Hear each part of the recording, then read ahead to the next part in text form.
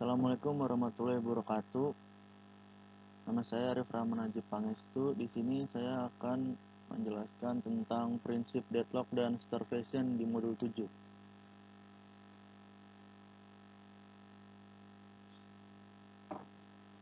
Deadlock. Deadlock adalah suatu kondisi di mana dua proses atau lebih saling menunggu proses yang lain untuk melepaskan resource yang sedang dipakai.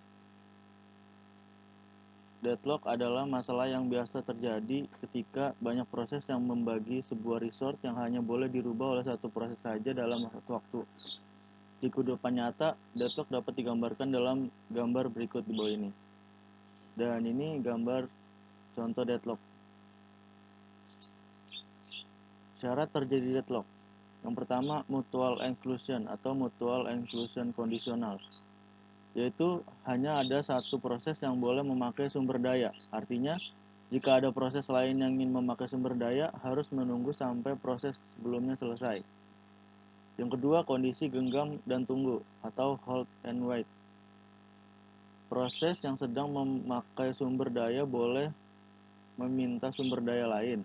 Artinya, proses bisa menggunakan lebih dari satu sumber daya, namun harus menunggu hingga sumber daya tersebut tidak dipakai oleh proses lain. Yang tiga adalah kondisi non-preemption atau non-preemption condition. Yang ini adalah sumber daya yang ada pada sebuah proses tidak boleh diambil begitu saja oleh proses lainnya. Jadi, untuk bisa menggunakan proses daya tersebut, harus dilepaskan dulu oleh proses yang memegangnya. Yang keempat, kondisi menunggu secara sirkuler atau circular wait condition. Nah, ini adalah kondisi seperti rantai, yaitu sebuah proses membutuhkan sumber daya yang dipegang proses berikutnya. Selanjutnya, kondisi untuk terjadinya deadlock. Yang pertama, terjadi deadlock bila terdapat ketiga kondisi itu. Tetapi adanya ketiga kondisi itu belum berarti terjadi deadlock. Yang kedua, deadlock benar-benar akan terjadi bila syarat keempat terpenuhi. Kondisi keempat merupakan keharusan bagi terjadinya deadlock. Yang ketiga adalah deadlock bisa terjadi pada proses akan mengakses objek seperti file, device, dan lain-lain secara tidak semestinya. Objek tersebut dinamakan resource. Selanjutnya, pencegahan deadlock. Pencegahan deadlock dapat dilakukan dengan cara mencegah salah satu dari 4 karakteristik terjadinya deadlock. Yang pertama, mutual exclusion. Pada sumber daya ini, sesuatu yang wajar terjadi, yaitu pada sumber daya yang tidak dapat dibagi atau non-shareable. Jadi pencegahan kondisi yang pertama ini sulit karena memang sifat dari sumber daya yang tidak bisa dibagi. Yang kedua, hold and wait. Pencegahannya, sistem perlu memastikan bahwa setiap kali proses meminta sumber daya, ia tidak sedang memiliki sumber daya lain. Atau bisa juga si proses meminta dan mendapatkan sumber daya yang memilikinya sebelum melakukan eksekusi, sehingga tidak perlu menunggu. Yang ketiga, no preemption, yaitu pencegahan kondisi ini dengan cara membolehkan terjadinya preemption. Maksudnya gimana? Bila ada proses yang sedang memiliki sumber daya dan ingin mendapatkan sumber daya tambahan, namun tidak bisa langsung dialokasikan, maka akan preempted. Yang keempat adalah circular wait. Kondisi lingkaran setan ini dapat diputus dengan jalan menentukan total kebutuhan terhadap semua tipe sumber daya yang ada. Selain itu, digunakan pula mekanisme enumerasi terhadap tipe-tipe sumber daya yang ada. Setiap proses yang akan meminta sumber daya harus meminta sumber daya dengan urutan yang menarik. Penghindaran deadlock. Metode ini adalah dengan hanya memberi kesempatan ke permintaan sumber daya yang tidak mungkin akan menyebabkan deadlock. Metode ini memeriksa dampak pemberian akses pada suatu proses.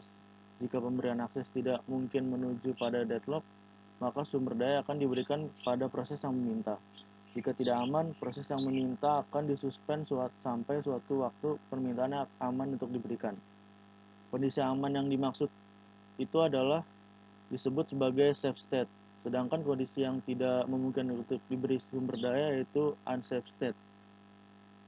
Kondisi aman atau safe state itu adalah suatu keadaan dapat dinyatakan sebagai safe state jika tidak terjadi deadlock, dan terdapat cara untuk memenuhi semua permintaan sumber daya yang ditunda tanpa menghasilkan deadlock dengan cara mengikuti urutan tertentu. Yang kedua adalah kondisi tidak aman atau unsafe state. Suatu state dinyatakan sebagai state tak selamat atau unsafe state jika tidak terdapat cara untuk memenuhi semua permintaan yang saat ini ditunda dengan menjalankan proses-proses dengan suatu urutan.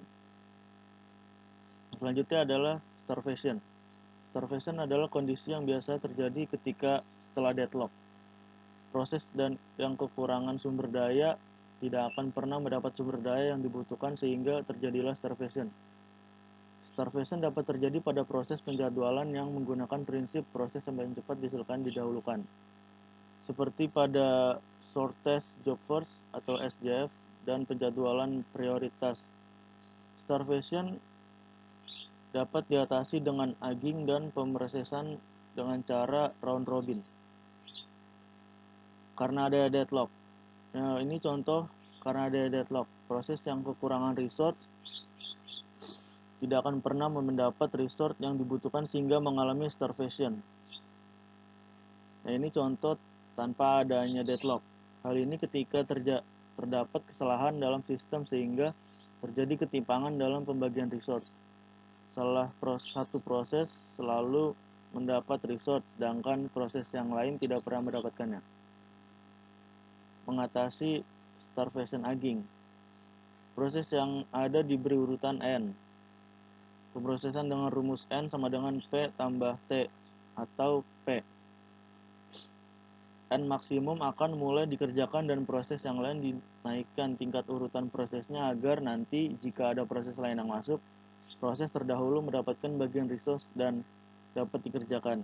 Jika ada beberapa proses yang memiliki N maksimum, maka di antara proses tersebut dilihat dari waktu yang dibutuhkan untuk menyelesaikannya. Jika masih sama juga, maka dilihat dari waktu kedatangannya. Nah, ini contoh flowchart penyelesaian starvation dengan aging. Selanjutnya mengatasi starvation robin run. Dalam proses yang akan dimasukkan ke dalam antrian menurut proses kedatangannya dalam penyelesaiannya, suatu proses tidak akan langsung selesai jika waktu yang dibutuhkan melebihi waktu kuantum yang diberikan. Waktu kuantum itu adalah waktu yang diberikan untuk menyelesaikan suatu proses. Ketika suatu proses telah mencapai batas waktu kuantum, sisa dari proses tersebut dikembalikan ke antrian paling belakang dan resource dipindahkan ke proses selanjutnya. Dengan cara ini, semua proses yang mengantri akan mendapat resource secara bergantian, atau tidak ada proses yang memonopoli resource, sehingga semua proses dapat diselesaikan. Saya rasa itu tadi yang bisa saya sampaikan, kurang lebihnya mohon maaf. Terima kasih.